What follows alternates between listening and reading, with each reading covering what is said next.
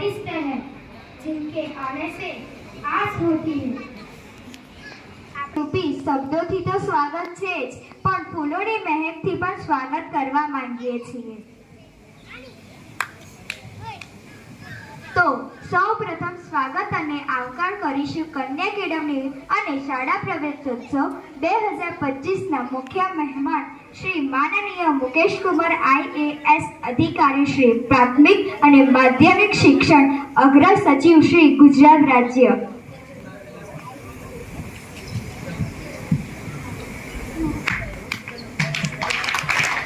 સાથે સાથે અમારા આણંદ જિલ્લામાં આપ શ્રીના આગમનથી આનંદ લાગણીઓથી એક નવીન્ય સભર ભેટ આપવા માંગીએ છીએ, જે જિલ્લા શિક્ષણ સમિતિ માનનીય DPO મેડમ શ્રી આનંદ દ્વારા નવતર પ્રયોગના ભાગરૂપે છે। પ્રકૃતિ એક વરદાન 2.0ના નામે નવા અભિગમ સાથે બધાને પ્રકૃતિનું મહત્વ સમજાય, તંદુરસ્ત પર્યાવરણનું નિર્માણ થાય, વૈજ્ઞાનિક દ્રષ્ટિકોણની સમજ વિકસે, પ્રકૃતિ અને સમાજ વચ્ચેનો અનુબંધ સમજે, તેમજ તેના દ્વારા વધુ વૃક્ષો વવાય, વધુ વરસાદ વરસે અને પર્યાવરણનું રક્ષણ થાય તેવો આ સુંદર હેતુ આપેલ છે। ગત વર્ષે 20,000 વૃક્ષો વાવ્યા, જેમાંથી 10,000 જેટલા વૃક્ષો અત્યારે હયાત છે અને ચાલુ વર્ષે પણ આ પ્રકૃતિ એક વરદાન 2.0 નવતર પ્રયોગ ચાલુ જ છે।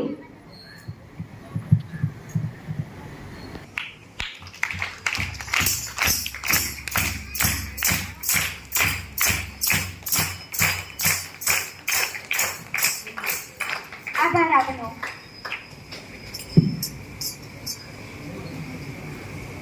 હવે માનનીય મેડમ શ્રી અર્ચનાબેન પ્રજાપતિ જિલ્લા શિક્ષણ પ્રાથમિક અધિકારી શ્રીનું સ્વાગત કરશે શાળાની બાળા।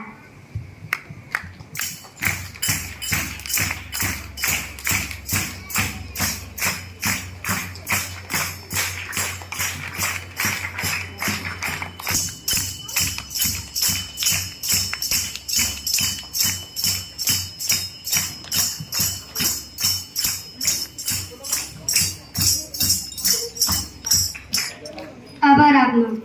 જેમના મીઠા અને માસૂમ કલરવથી આ શાળાને રંગીન વાતાવરણ મળવાનું છે, જેના જીવનમાં શિક્ષણનું પ્રથમ સોપાન કંડારવા જઈ રહ્યું છે, તેવા પ્રવેશ મેળવતા બાળકોને હૂંફથી વધાવી લઈએ। શિક્ષણના ભાગીરથ કાર્યમાં જોડી દઈ નૂતન પેઢી ઘડીએ।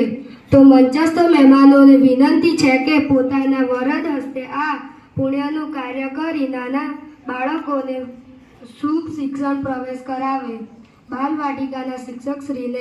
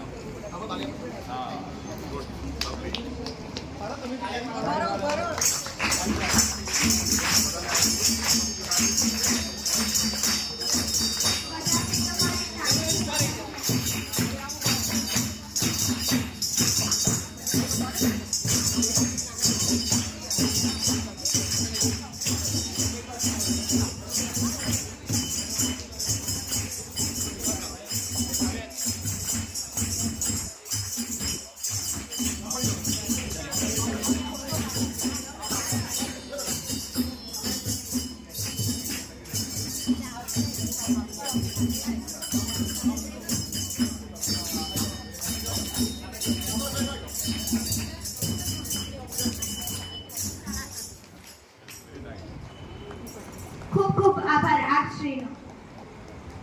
હવે ધોરણથી વર્ધાવી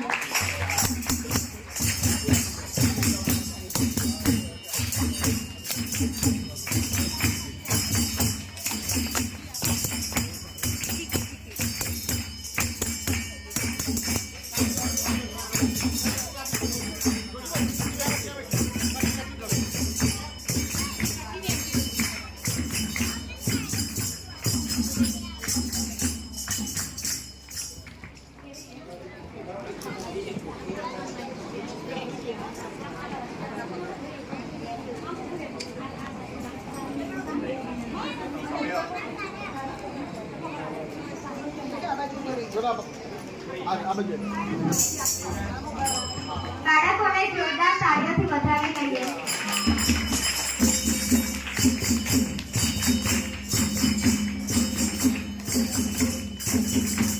તાળીઓનો ગળગળાટ ઓછો ના થાય.